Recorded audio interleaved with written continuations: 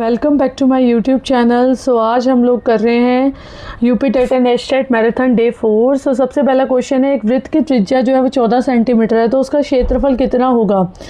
So radius कितना है 14 centimetre, okay, and area would be pi r square, ठीक है।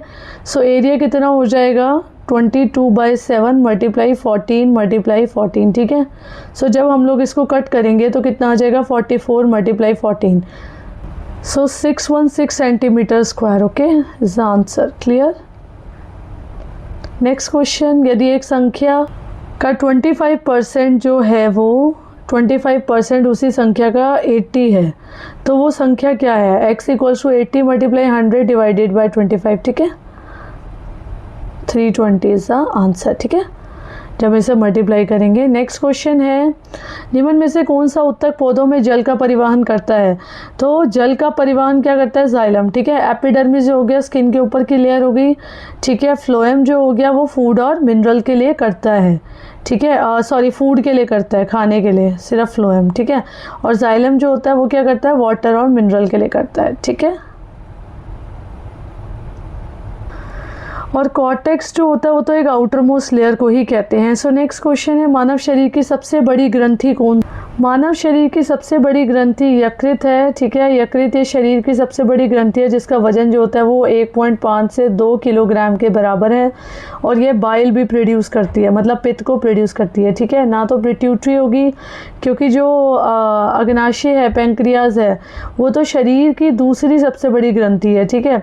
और जो थायराइड है ये शरीर की सबसे बड़ी एंडोक्राइन ग्रंथि है, ठीक है। और पिट्यूटरी जो है ये मास्टर ग्रंथि है, ठीक है, तो कंफ्यूज नहीं होना।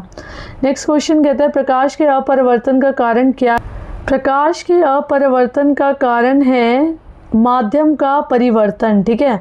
जब प्रकाश एक माध्यम से दूसरे माध्यम जैसे हवा से लेकर हम लोग पानी या कांच में प्रवेश करता है तो उसकी गति बदल जाती है, और इसकी गति में बदलाव के कारण प्रकाश की किरण जो होती है वो मुड़ जाती है, जिसको हम रिफ्रैक्शन भी कहते हैं, ठीक है, रिफ्रैक्शन कहते हैं, फिर प्रकाश का अपरावर्तन कहते हैं। नेक्स्ट क्वेश्चन, निम्न में से कौन सा green house gas.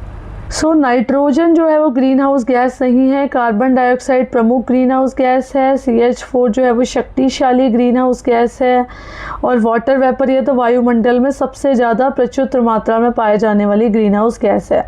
So nitrogen जो हो जाएगी वो क्या हो जाएगी, वो 78% होता है वायुमंडल के अंदर, ठीक है। और नाइट्रोजन एक ग्रीन हाउस गैस नहीं है क्योंकि यह एक इंफ्रारेड रेडिएशन को अवशोषित नहीं करती है। नेक्स्ट क्वेश्चन, एक ट्रेन 72 किलोमीटर पर घंटे की गति से चल रही है, 250 मीटर लंबे प्लेटफॉर्म को पार करने में 25 सेकंड लगते हैं। सो ट्रेन की लंबाई कितनी होगी। सो सबसे पहले हम लोग क्या निकालेंगे, हम लोग निकालेंगे गति को मीटर पर सेकंड के अंदर कन्वर्ट कर देते हैं, ठीक है। तो ये 72 किलोमीटर पर घंटा है, ठीक है, तो इसको हम क्या करेंगे 72 मल्टीप्लाई 5/18 वो आ जाएगा 20 मीटर पर सेकंड, ठीक है। अब हमारे पास जब एक ट्रेन जो है वो किसी प्लेटफॉर्म को पार करती है तो उसकी कुल दूरी कितनी हो जाएगी 20 मल्टीप्लाई 250, ठीक है, या सॉरी 20 मल्टीप्लाई 25 सेकेंड, ठीक है, क्योंकि ये हमारे पास क्या है, ये स्पीड है, ये हमारे पास टाइम होगी, तो हमने क्या निकाल लिया, डिस्टेंस निकाल लिया। डिस्टेंस क्या हो जाएगा, स्पीड मल्टीप्लाई टाइम। सो 20 मल्टीप्लाई 25 कितना हो जाएगा 500, ठीक है। अब 250 मीटर लंबे प्लेटफॉर्म को पार करिए, सो ट्रेन की लंबाई कितनी हो जाएगी 500 minus 250, so 250 metre is the answer. Next question, यदि एक त्रिभुज का कोण जो है वो 2, 3, 4 के अनुपात में है तो इसका सबसे बड़ा कोण कितना हो। सो देखो, एक हो जाएगा 2x, एक हो जाएगा 3x और एक हो जाएगा 4x, तो सबको प्लस करके 180 के बराबर कर देते हैं। अब कितना आ गया 9x 180 के बराबर आ गया, x आ गया आपका 20, ठीक है। सो एक एंगल आपका आ गया 40, 2 मल्टीप्लाई 20, ठीक है, एक आ गया 3 मल्टीप्लाई 20 और एक आ गया 4 मल्टीप्लाई 20, सो ये आ गया 80, ये आ गया 60 और ये आ गया 40, ठीक है। सो सबसे बड़ा कोण ज्ञात, सबसे बड़ा अनुपात क्या है 4, ठीक है, तो 80 के जो सामने वाला होगा वो सबसे बड़ा कोण होगा, सो 80 डिग्री, ठीक है। एक घन का आयतन 343 सेंटीमीटर क्यूब है, ठीक है।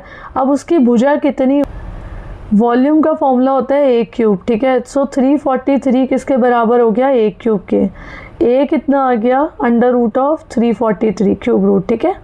सो हम लोग क्या निकालेंगे, जब हम 343 का क्यूब निकालेंगे, क्यूब रूट निकालेंगे, सो इसको 7 से डिवाइड करना पड़ेगा, 49 7 से करना पड़ेगा, तो 7 मल्टीप्लाई 7 आ रहा है, तो इसका आंसर आ जाएगा 7। ठीक है। नेक्स्ट क्वेश्चन कहता है मानव रक्त का पीएच लगभग कितना।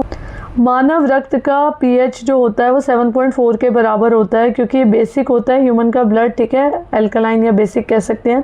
सो नॉर्मल पीएच की रेंज कितनी जाती है, 7.35 से लेके 7.45 के बीच में। ठीक है, सो ये होता है। नेक्स्ट क्वेश्चन ये सेम ही आ गया, मानव रक्त का पीएच कितना होता है, 7.4। नेक्स्ट क्वेश्चन पे चलते हैं, निम्न में से कौन सा धातु कमरे के ताप पर द्रव अवस्था में पाया जाता है। ठीक है, सो इसका आंसर आएगा ब्रोमीन। ठीक है, जो द्रव मतलब लिक्विड की फॉर्म में पाया जाता है। ठीक है, रूम टेम्परेचर पे। सो ब्रोमीन क्या है, एकमात्र ऐसा धातु है नॉन मेटल जो कि कमरे के तापमान पे द्रव अवस्था में पाया जाता है। क्लोरीन क्या होता है, क्लोरीन जो होता है बेसिकली गैस की फॉर्म में पाया जाता है। ठीक है, और जो आयोडीन और सल्फर होता है, ठीक है, आयोडीन और सल्फर ये कमरे के तापमान पे सॉलिड की फॉर्म में पाया जाता है। ठीक है, नेक्स्ट क्वेश्चन पे चलते हैं, विद्युत बल्ब का फिलामेंट किस धातु से बना हुआ होता है। सो इसका आंसर आएगा टंगस्टन। ठीक है, और टंगस्टन का उपयोग इसलिए किया जाता है क्योंकि इसका जो मेल्टिंग पॉइंट है वो बहुत अधिक होता है। ठीक है, वो क्या है 3422 डिग्री सेल्सियस, और उच्च तापमान पर भी यह आसानी से पिघलता है या वाष्पित नहीं होता। ठीक है, जिसके कारण बल्ब जो है रोशनी देता रहता है। सो जितना भी ज़्यादा उच्च तापमान भी हो जाएगा तो पिघलेगा नहीं। ठीक है, प्रकाश संश्लेषण में उत्पन्न गैस कौन सी है, तो ऑक्सीजन आएगा इसका आंसर, क्योंकि क्या होगा CO2 + H2O in the presence of sunlight and chlorophyll. ठीक है, तो वो क्या बनाएगा, वो बनाएगा ऑक्सीजन प्लस ग्लूकोज। ठीक है, खाना बनाएगा ना अपना। ठीक है, तो ऑक्सीजन निकल रहा है। नेक्स्ट क्वेश्चन, 2 पासे फेंके जाते हैं, योग 7 आने की प्रायिकता प्रोबेबिलिटी कितनी है। देखो, जब हम पूरा फेवरेबल आउटकम बनाएंगे ना, 1,1 2,1, ठीक है, इस तरीके से करके 3,1 4,1, एक तो ये तरीका है बनाने का। ठीक है, और फिर यहाँ पे आ जाएगा 1,2 1,3 1,4 1,5 1,6, ये पूरा करके जो होंगे टोटल आउटकम आएंगे 36। ठीक है, अब वो कह रहे हैं कि 7 आने का मतलब टोटल जो योग है वो 7 है, तो किस किस पे आएगा, 1,6 2,5 3,4 4,3 5,2 और 6,1। ठीक है, सो टोटल कितने आ गए ये 1 2 3 4 5 6 आउट ऑफ 36, तो कितना आएगा 1/6 is answer. Clear. Next question, यदि किसी वृत्त का क्षेत्रफल जो है वो कितना दे रखा है, एरिया मतलब 154 है। ठीक है, सो πr²। ठीक है, उसकी त्रिज्या कितनी हो जाएगी, 154 = 22/7 × r²। सो ये कट जाएगा 2 और ये आएगा 14। ठीक है, ये 7। सो रेडियस का स्क्वायर कितना आ जाएगा, 7 × 7। सो रेडियस आ जाएगा 7 सेंटीमीटर। ये मैंने 11 से काटा है। ठीक है, 7 सेंटीमीटर आंसर है। नेक्स्ट क्वेश्चन 3 8, देखो अब इसके अंदर कैसे कैसे गैपिंग हो रही है। 5, इसके बाद हम गए 7, इसके बाद 9 है ना, तो 2 इंक्रीज़ हो रहे हैं।